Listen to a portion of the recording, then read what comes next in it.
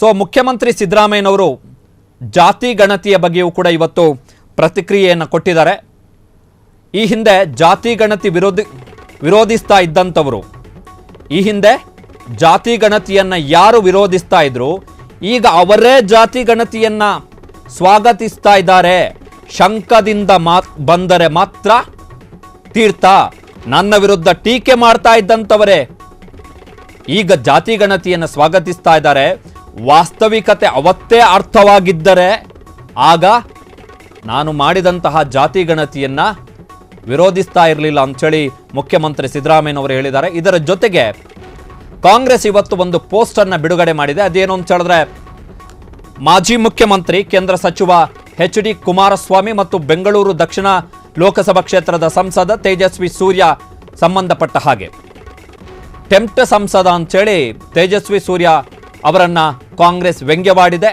You turn Kumara ಅಂತೇಳಿ ಮಾಜಿ ಮುಖ್ಯಮಂತ್ರಿ ಎಚ್.ಡಿ. ಕುಮಾರಸ್ವಾಮಿ ಅವರನ್ನ ಕಾಂಗ್ರೆಸ್ ವ್ಯಂಗ್ಯವಾಡಿದೆ. ಕಾರಣ ಏನು ಅಂತ ಹೇಳಿದ್ರೆ, ಇಬ್ಬರೂ ಕೂಡ ಜಾತಿ ಗಣತಿಗೆ ಎಷ್ಟರ ಮಟ್ಟಿಗೆ ವಿರೋಧವನ್ನು ವ್ಯಕ್ತಪಡಿಸಿದ್ರು ಅಂತ ಹೇಳಿದ್ರೆ,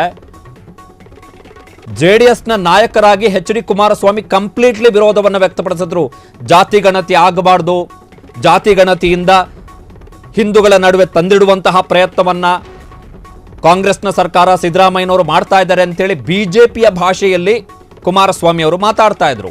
ಇನ್ನು ತೇಜಸ್ವಿ ಸೂರ್ಯ ಕೂಡ ಡೇ ಒನ್ನಿಂದ ಜಾತಿ ಗಣತಿಯನ್ನ ವಿರೋಧ ಮಾಡ್ತಾ ಇದ್ರು. ಆದರೆ ಯಾವಾಗ ಪಹಲ್ಗಾಮ್ ದಾಳಿಯ ಶೋಕದಲ್ಲಿ ಇಡೀ ದೇಶ ಮುಳುಗಿದ್ದಂತಹ ಸಂದರ್ಭದಲ್ಲಿ ಮಾನ್ಯ ಪ್ರಧಾನಮಂತ್ರಿ ನರೇಂದ್ರ ಮೋದಿ ಅವರ ಸರ್ಕಾರ ಇದ್ದಕ್ಕಿದ್ದ ಹಾಗೆ ಅನಿರೀಕ್ಷಿತವಾಗಿ ಅಚ್ಚರಿಯ ರೀತಿಯಲ್ಲಿ ತಾನೇ ಯಾವ ನಿರ್ಧಾರಕ್ಕೆ ವಿರುದ್ಧವಾಗಿತ್ತು, ಜಾತಿ ಗಣತಿಗೆ ಯಾವ ವಿರೋಧವನ್ನ ಮೋದಿ ಸರ್ಕಾರ ವ್ಯಕ್ತಪಡಿಸಿತ್ತು, ಅದೇ ಮೋದಿ ಸರ್ಕಾರ ಪಹಲ್ಗಾಮ್ ದಾಳಿಯ ಶೋಕದಲ್ಲಿ ಇಡೀ ದೇಶ ಮುಳುಗಿದ್ದ ಹೊತ್ತಲ್ಲಿ ಏಕಾಏಕಿಯಾಗಿ ನಾವು ಜಾತಿ ಗಣತಿಯನ್ನ ಮಾಡ್ತೀವಿ ಅಂತೇಳಿ ಘೋಷಣೆಯನ್ನ ಮಾಡಿಬಿಟ್ರು.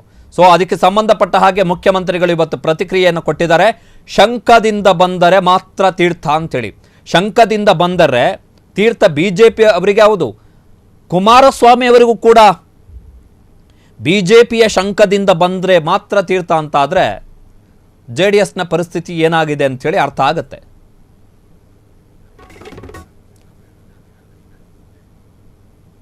ಸೊ ಮುಖ್ಯಮಂತ್ರಿಗಳು ಏನು ಹೇಳಿದಾರೆ ಕೇಳೋಣ.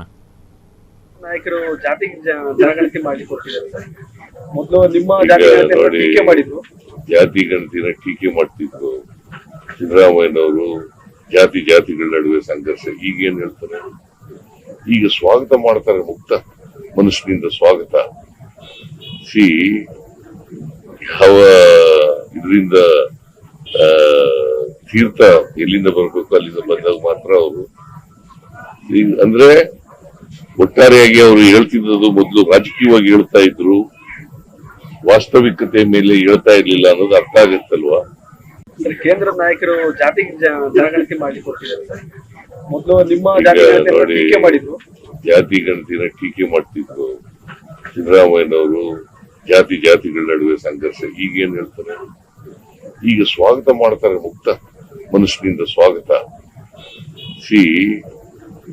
ಯಾವ ಇದರಿಂದ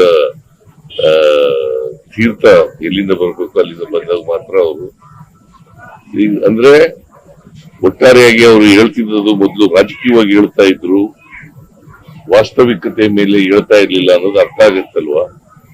ಕೇಂದ್ರ ನಾಯಕರು